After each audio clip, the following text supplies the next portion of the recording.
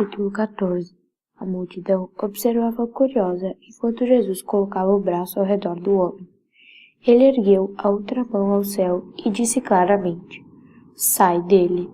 Houve um tremor nos ombros do pobre homem e então ele se agitou como que tirando um pesado casaco de inverno. Seus olhos ficaram claros e ele falou pela primeira vez depois de meses: "Muito obrigado." Ajoelhou-se na rua e aproximou a face do chão. "Muito obrigado. Obrigado por me libertar do poder de Satanás", disse com voz trêmula. "Não tenho sido um homem bom, mas dou graças a Deus de Abraão, que teve misericórdia de mim." Tabita olhava o homem atentamente. A mudança que ocorrera era incrível. A princípio, ela achava que ele estava apenas muito doente. Mas depois, quando viu que não falava, soube que havia outros problemas. E Jesus falara com o homem como se estivesse um demônio. Tabita começou a pensar que talvez todas as doenças viessem de Satanás, independentemente de qual fosse. Ele a causava. As pessoas tomavam decisões más, ficavam doentes e então o maligno piorava as coisas. De repente, Tabita olhou para cima e viu que a multidão estava parada bem na frente da sinagoga. A menina havia sido atraída pelo incrível milagre que Jesus acabara de realizar. Mas aí notou que vários rabis também observavam parados nos degraus da sinagoga. Os líderes religiosos tinham a cara amarrada, como sempre, e Tabita se indagava o que Jesus teria feito desta vez. "Por que vocês imaginam que estou associado com Satanás?" Jesus perguntou com ousadia aos rabis. "São vocês que escolhem entregar a mente aos poderes das trevas. Preferem ser preconceituosos e mesquinhos como seu pai, o diabo, em vez de ser compassivos como Deus lhes pede que sejam. Examinem a si mesmos. Vocês estão zangados comigo por ter libertado o homem da enfermidade, um compatriota judeu preso nas garras do poder satânico. Apenas uma hora vocês tiveram a disposição de me pedir que ajudasse um centurião romano que, de acordo com muitos, poderia ser considerado um inimigo de Israel." Tabita estava chocada. É esse tipo de coisa que os anciões estavam pensando? Jesus leu a mente deles.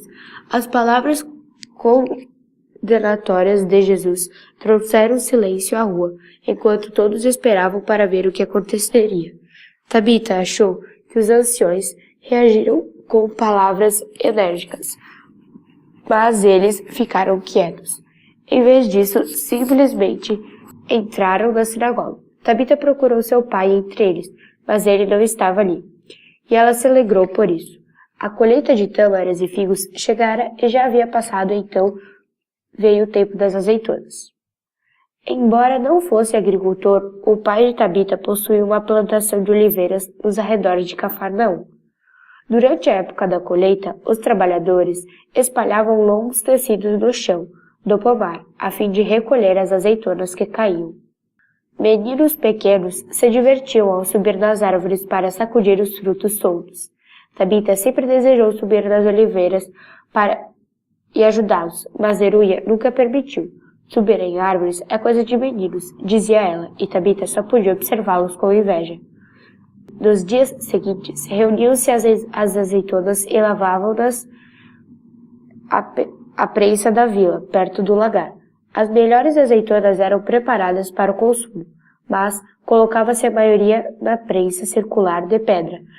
Atrevelavam-se 2 jumentos a um cabo que passava pelas pedras do moinho, fazendo-as rodar, esmagando as azeitonas de modo a liberar o óleo aromático. Tabita gostava muito de observar o processo, embora quase nunca precisasse ajudar. Essa era uma tarefa própria dos trabalhadores diaristas. Haviam chegado as cores douradas do outono. Com o mês de Esvan, vinha a promessa das chuvas temporãs. Essas chuvas caíam principalmente à noite, trazendo frescor às plantações. Para Tabita, tratava-se de uma das maiores belas épocas do ano. Tempo de regozijar-se por tudo o que Deus lhes dera. Da colheita dos cereais, nos vinhedos e pomares, Tabita envolveu-se na rotina da vida mais uma vez. De manhã, saía cedo para buscar água, e então, após o jejum, sempre passava tempo no átrio, trabalhando com a mãe. Naquela manhã, Tabita concluía seu bordado enquanto a mãe trabalhava no tear. Nesses dias, ao se dirigir ao poço, ela raramente via Bunny no mercado. Ele completara 12 anos e enfim começara a ir à escola, muito a contragosto. Já era tempo, dizia a mãe dele.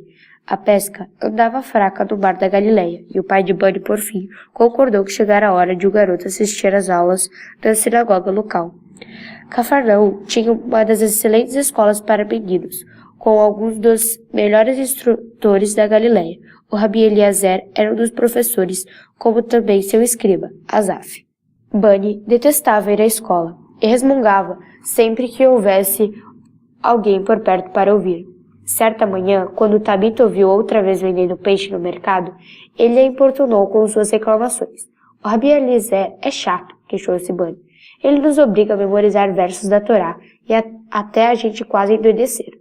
Ora, uma escolinha nunca machucou ninguém, ria Tabita. Você só está bravo porque não pode mais andar por aí o tempo todo. Exatamente, afirmou Bunny irrequieto. Eu não tenho vergonha de dizer. Quem inventou a escola deve odiar os meninos. Naquela tarde, quase ao pôr do sol, quando Tabita estava novamente buscando água no poço da vila, ela ouviu as moças falando sobre Jesus e outro milagre inacreditável. Vocês souberam que Jesus ressuscitou um rapaz? Perguntou Miriam, toda importante, enquanto enchia um cântaro com o balde de couro que todas usavam para tirar a água. Ela visitava o poço todos os dias e era a mais velha das 5 filhas da família de Eber. A história já correu por toda parte, exclamou. Dizem que aconteceu na pequena vila de Naim, nas colinas do sul da Galileia. Jesus e seus discípulos tinham acabado de chegar quando viram uma procissão fúnebre saindo pelo portão da vila a caminho do cemitério. Acho que não foi em Naim, contradisse outra jovem. Ouvi dizer que foi em Séforis. Não, foi em Naim, retrucou Miriam em tom autoritário. De qualquer maneira, Jesus parou a procissão fúnebre e ordenou aos moços que carregavam o caixão que o pusessem no chão. A mãe, viúva, estava em prantos. O rapaz tinha apenas 16 anos. Era o seu único filho, e ela não teria ninguém para cuidar dela quando ficasse velha. Que lástima, pobre mulher, o grupo de meninas murmurou, esquecendo-se do enfoque real da história. Sabem, fiquei com muita pena dela quando soube da história. Acrescentou uma terceira garota que acabara de chegar ao poço. A viúva estava tão histérica que mal conseguia caminhar ao lado do corpo do filho do caixão. Ela era pobre. Naturalmente, não tinha como sepultá-lo de maneira digna. Ela não pôde preparar o corpo do filho com especiarias, como os ricos fazem, e não possuía uma sepultura nobre. Acho que iam enterrá-lo numa simples caverna em algum lugar. Sim, de qualquer maneira, Miriam interrompeu. A parte mais incrível da história foi que Jesus tocou o cadáver do garoto e mandou que ele se levantasse. Vocês conseguem imaginar isso? De repente, uma garota surpresa com o relato deu um grito e acabou esbarrando em Tabita, derrubando o cântaro das mãos dela. Felizmente, não havia água dentro para ser desperdiçada. Diante da reação surpreendente, as meninas junto ao poço simplesmente riram. Miriam franziu a testa diante da distração. Como eu ia dizendo, as pessoas recuaram diante dessa cena. Eu faria a mesma coisa. De qualquer maneira, diante da ordem de Jesus, o rapaz se sentou. Tabita ficou muito interessada na história. Com os olhos da mente, imaginou tudo como se ela estivesse no local, vendo uma pessoa à cena. Dizem que a pobre viúva gritou e desmaiou no mesmo instante. Se os moços não a houvessem segurado, ela cairia ali mesmo, na estrada. Miriam colocou o dorso da mão sobre a testa, como se ela mesma fosse desmaiar também.